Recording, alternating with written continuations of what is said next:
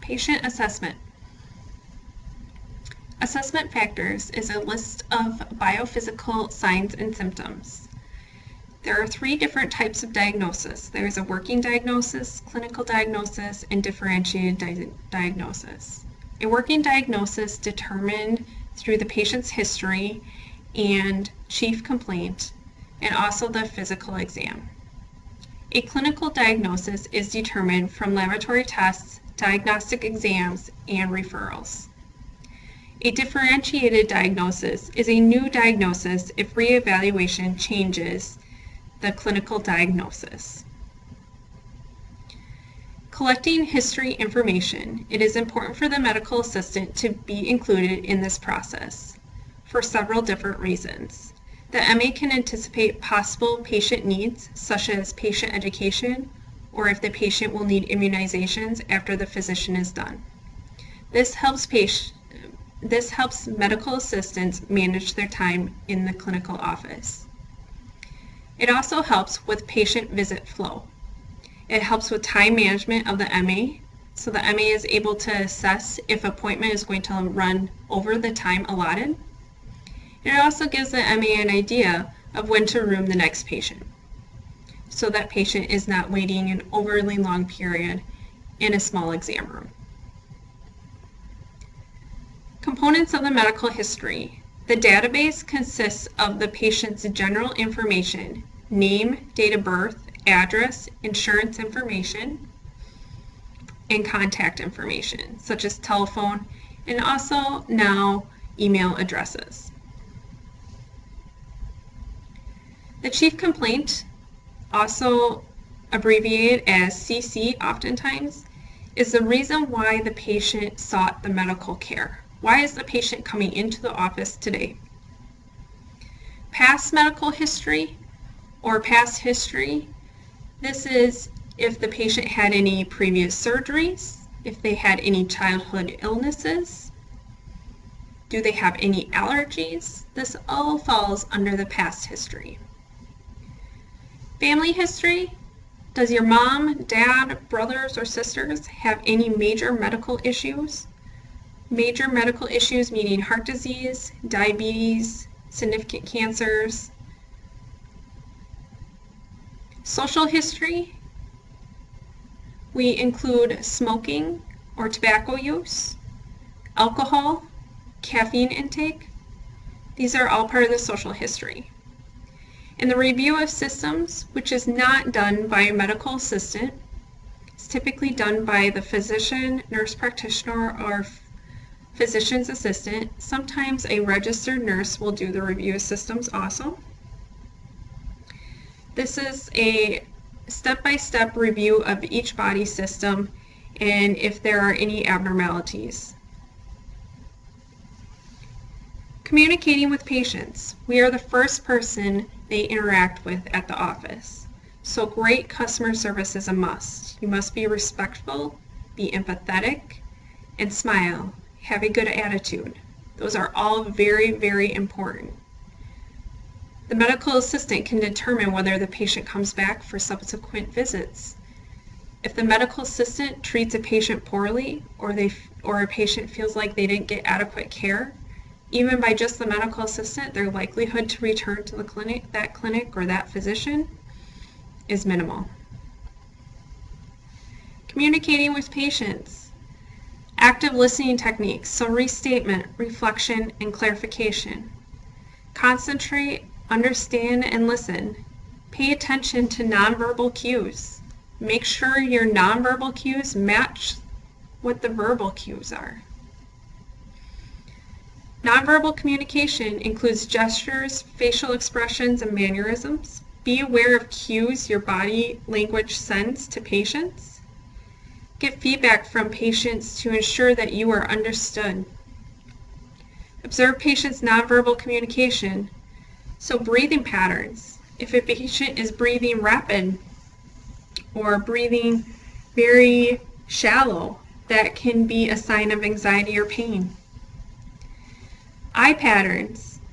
No eye contact can be related to anxiety, distrust, or embarrassment. Hands. Tapping of the fingers, cracking of the knuckles could mean that a patient is anxious, has some fear, or worries about something. Arm placement, so folded arms, can oftentimes mean disinterested, anxiety, fear. Leg placement, such as tension, crossed, tapping of the foot, can mean that patients are frustrated or angry.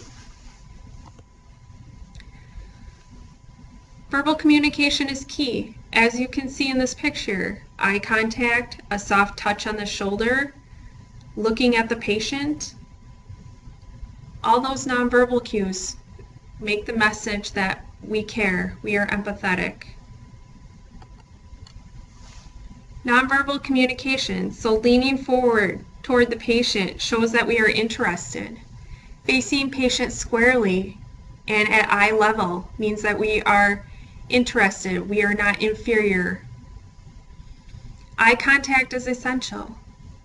A closed posture, such as arms crossed or legs crossed, may indicate disinterest. Be sensitive to patient's personal space. Be careful with body gestures such as hand and arm movements.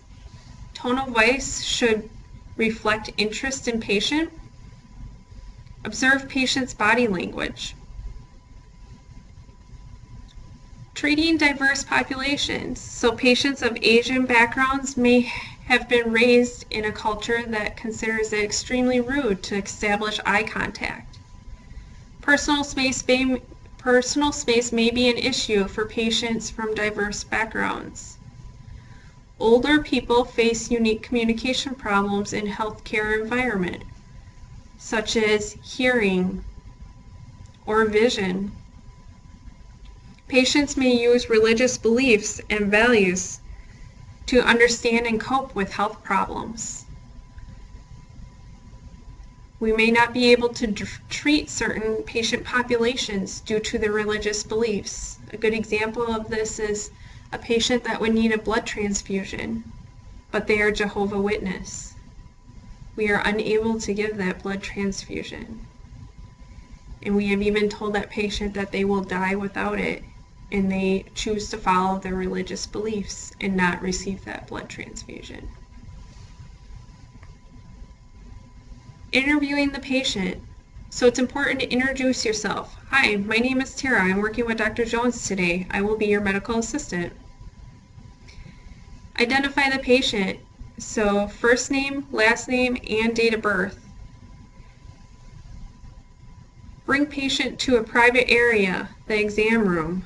We do not give medical advice. We do not take vitals. We do not take a patient history. We do not ask why a patient is at the office in the waiting room. Everything is done in the exam room or in a space that is confidential. Determine why the patient is seeking health care. What brings you in today? We try to avoid a lot of times in healthcare, how are you feeling? We try to avoid that question because typically if they're at the doctor's office, it's because they're not feeling well. A better question is, what brings you in today? Summarize what you heard.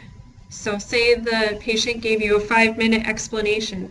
So summarizing what you heard in 1 to 2 sentences.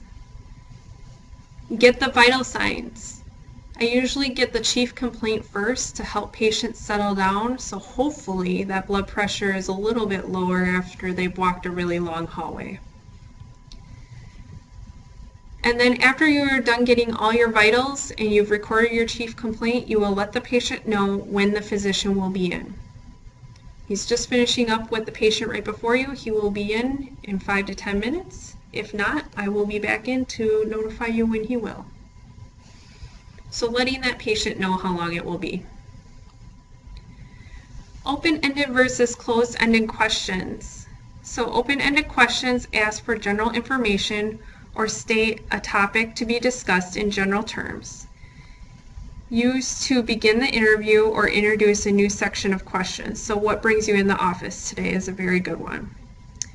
Then you use closed-ended questions to get more specific information about what brings you in today. Typically 1 to 2 word responses from the patient are given with close-ended questions. Do you have chest pain? Are you short of breath? Usually those are yes or no questions.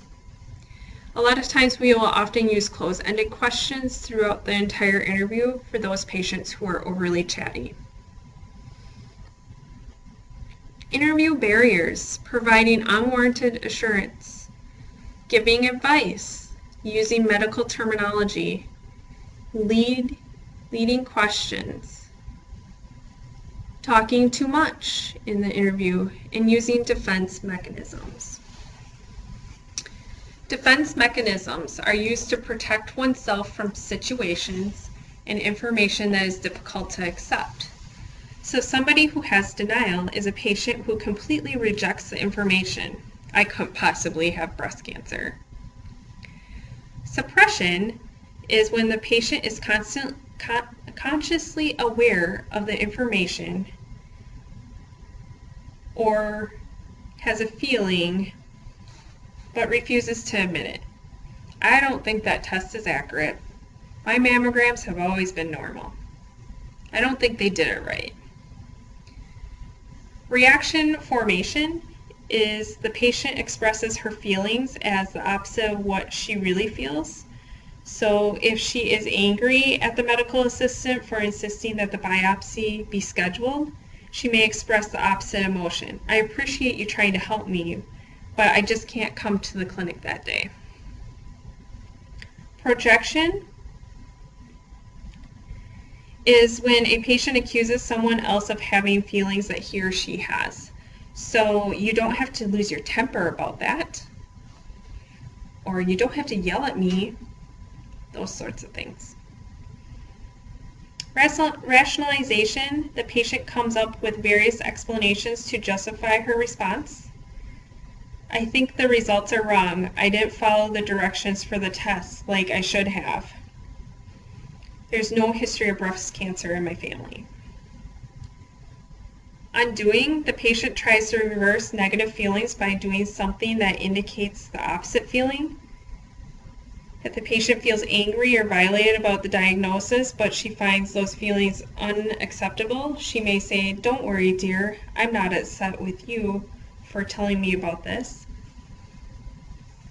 Regression, the patient reverts to an old, usually immature behavior to ventilate her feelings. I can't possibly schedule a procedure without discussing this with my mother, as she storms out of the office. Sublimation is a patient's redirect her negative feelings into a socially productive activity. For example, becomes an active member of a local support group for women who are recovering from breast cancer is a very good example of sublimation. So these are the different defense mechanisms that patients may use when you give them information or a diagnosis from tests or lab results that the physician has reviewed. Assessing the patient, symptoms are subjective findings like what the patient feels, so cardinal symptoms. Signs are objective findings that can be observed or measured, so a blood pressure, a height, a weight. Functional disorder is one without evidence of disease, but patient sign or symptoms indicate a problem. Organic disease is one where abnormalities can be seen or felt on and or clinically proven by diagnostic tests. Assessing pain, so you have a patient that comes in with pain. These are some questions you might ask your patient. Where is the pain located? Is it associated with a particular movement? Can you describe how it feels? Is it constant or intermittent? Does anything relieve the pain? When was the onset of the pain? Did something cause the pain to start? Are you taking any medications to relieve the pain? What is it? How often? Is it effective? When was your last dose? Does pain affect your daily activities? On a scale of 1 to 10, with 10 being the highest level of pain, where would you rate your pain? These are all questions that help us in figuring out what needs to be done for this patient while they are in the office. Correct methods of charting. So check the name and birth date with chart. All charting is in black ink. So when you are writing out your chief complaints, they need to be written in black ink. We do not use pink, we do not use orange, we do not use blue. It has to be black ink. And you cannot use pencil. It has to be ink. Clear, concise, and legible writing is a must. The month, the day, and military time must precede the entry. And I will show you some examples in a little bit. Note all complaints, symptoms, and reactions in detail. And these are guidelines for written communication, and a lot of times we have electronic medical records which automatically timestamp with the date and military time, and they also give us our name, and we don't necessarily have to worry about writing in black ink.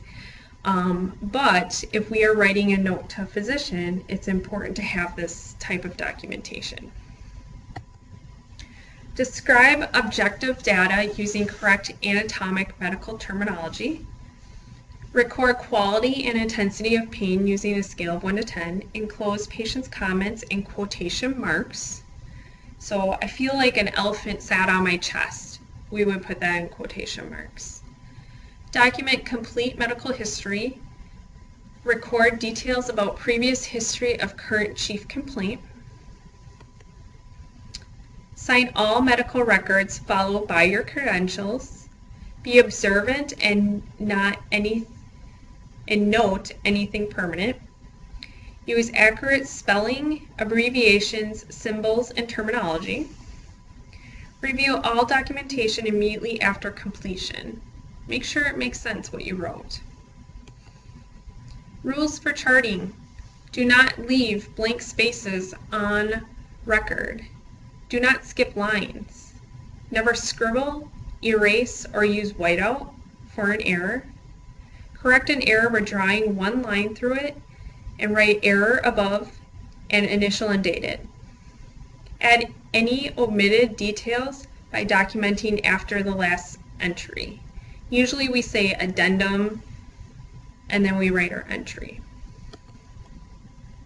So here's a charting example. So I have the date, I have the time and military time. If you do not know military time, you will want to become familiar with this. And then you go with patient. We never write in first person. It is always patient complains of, patient has cough, patient has shortness of breath. So patient complains of coughing at night, which started 2 days ago, lasts approximately 10 minutes, occurs 3 to 4 times per night. No other symptoms. Patient is not taking any medications. And then you draw a line until you sign your name with your credential at the end.